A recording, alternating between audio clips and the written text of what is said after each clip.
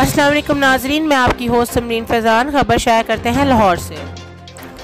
28 साल की समरीन अकबर को गला दबाकर कत्ल करने वाला इसका साबका खामद वकास गिरफ्तार।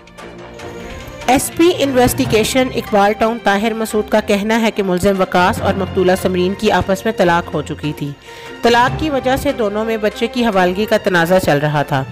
मुलजिम वकास अहमद मकतूला समरीन को गला दबाकर कत्ल करने के बाद मौका से फरार हो गया था।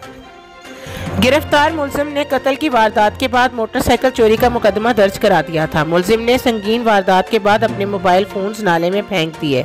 In charge investigation Muslim town Mohammad Fayyaz ने अपनी टीम के हमराह मुलजिम को गिरफ्तार किया। Tahir Masood SP investigation Iqbal town, DIG investigation Shariq Jamal Khan, CCP और लाहौर गुलाम महमूद डोगर की तरफ से अंधे कत्ल के मुलजमान की गिरफ्तारी पर पुलिस टीम के लिए तारीफी असनाद का ऐलान।